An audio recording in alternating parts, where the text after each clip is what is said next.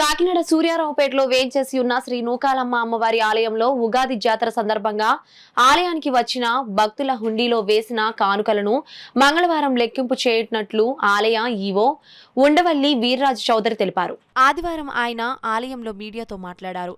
దేవాదాయ ధర్మాదాయ శాఖ అధికారుల సమక్షంలో మంగళవారం ఉదయం హుండీ లెక్కింపు చేయడం జరుగుతుందని ఈవో వీర్రాజు చౌదరి వివరించారు. కాకినాడ పట్టణంలో సూర్యారావుపేటలో వేయించేసి ఉన్న శ్రీ నూకాలమ్మ అమ్మవారి దేవస్థానంలో ఉగాది జాతర మహోత్సవాలు అత్యంత వైభవపేతంగా నిర్వహించడం జరిగింది.